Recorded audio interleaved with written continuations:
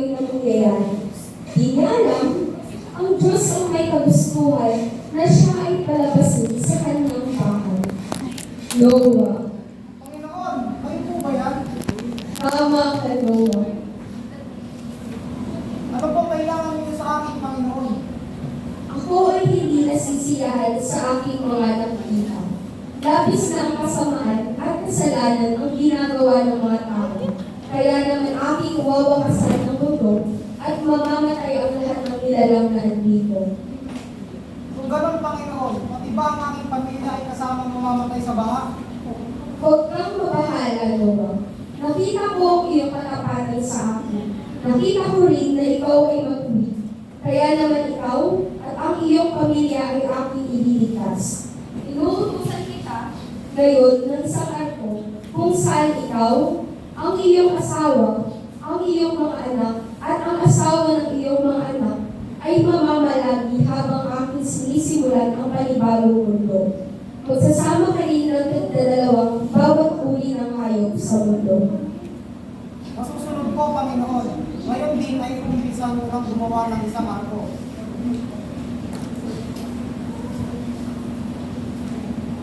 Mga anak, ako ay kinausap ng aking Panginoon. Ang mundong ito ay babahagi at ang lahat ng mga tao dito ay mamamatay. Kaya tulungan niyo ako gumawa ng isang arko. Sinunod nga ni Noah ang utos ng Panginoon na paggawa ng arko. Sinimulan nga itong buuin ayon sa sukat, laki, at dapat ay pinagdit ng Diyos. Ama, totoo bang lilikha ng malaking baha ang Panginoon? Oo nga naman. Parang hindi naman mabuti yun. Nagsaselang tayo ng oras at panahon. Panahimik na kayo. Alam na natin Panginoon Diyos ang kanyang ginagawa. Mga anak, sinabi niyo sa akin lahat ng Panginoon ang mga bagay nito. Kaya sigurado ako, hindi siya nagsisinungaling sa atin. Kaya ikaw rin natin ang paggawa ng ating ito. Matapos ang maraming taon, ay natapos si Noah ang paggawa sa arko. May mga taong naghahanap sa kanila. Nasaan ba dito ang taong nagsasabing babaka? Ikaw ba yun? Makinig kayo sa akin. Ang mundo ito ay babahain at ang lahat sa mga tao dito ay mamamatay.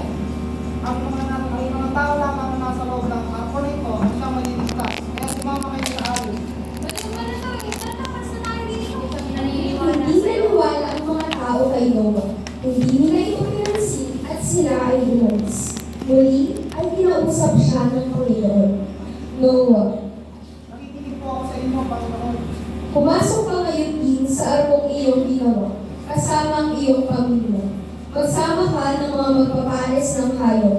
Pitong araw mula ngayon ay pauulanin ko sa mundo sa loob ng 40 araw at 40 gabi. At lilinisin ko ang mundong aking nilikha. Masusunod po, Panginoon. Shem, Japhet, tulungan ninyo akong ipasok ang mga hayop sa arko. At isama na rin ninyo ang inyong mga asawa. Sige po, Ama. Sino nang ginawa lahat ng sinabi ng Panginoon?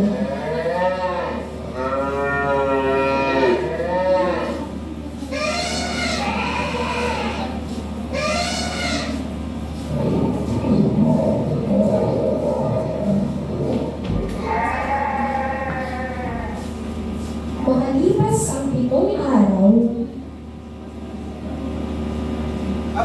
Ama! Tignan mo ang ulan. Nagsisimula na umulan. Mukhang ito na ang simula na sinasabi na natin, Panginoon. nagpatuloy ang putulan hanggang sa bumaka sa buong mundo.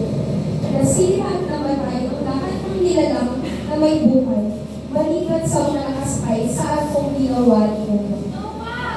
Noah! Tulungan mo kami! Pasakay naman! Nalulunod na kami! Hindi na kayo pwedeng sumakay sa arko dahil sarado na ito.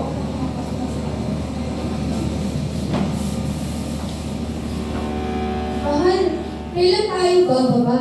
Tayo ay bababa lamang kapag tuyo na ang lupa. Dumaan ang maraming araw at patuloy ang paghihintay nila Noah na matuyo ang lupa. Puro matubigan lamang ang nakikita nila sa kanilang paligid. Ama, paano natin malalaman kung tuyo na ang lupa? May punto ka, anak. Alam ko na. Si Noah ay kumuha ng ibon at pinakawalan niya ito. Alam ni Noah na kapag tuyo na ang lupa, ay magdadala ito ng kung anong meron sa lupa. Ngunit pagbalik ng ibon, wala itong dala. Sa sumunod na araw, ay nagpakawala muli si Noah ng ibon, at bumalik ito na may dalang sakay ng puno. Nang matapos ang pag-ulan, ay unti-unting bumaba ang tubig sa mundo hanggang sa tuluyang matuyo ang kalupaan. Matapos nito ay muling kinausap ng Panginoon si Noah. Noah, lumabas kayong lahat sa arko.